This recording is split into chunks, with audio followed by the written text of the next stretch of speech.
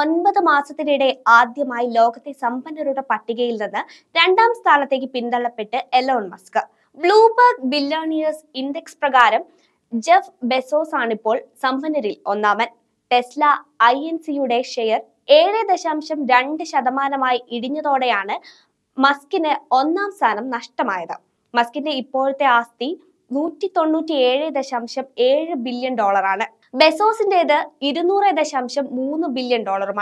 2021 ശേഷം ഇതാദ്യമായാണ് ആമസോണിന്റെ സ്ഥാപകനായ ബെസോസ് ബ്ലൂംബർഗിന്റെ സമ്പന്നരുടെ പട്ടികയിൽ ഒന്നാമതെത്തുന്നത്.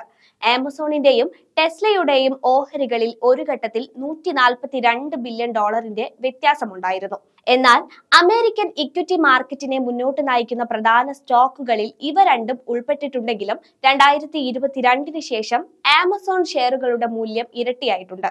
2021 ഉയർച്ചയിൽ നിന്ന് 50% ടെസ്ല പിന്നോട്ട് പോയിരിക്കുന്നത്.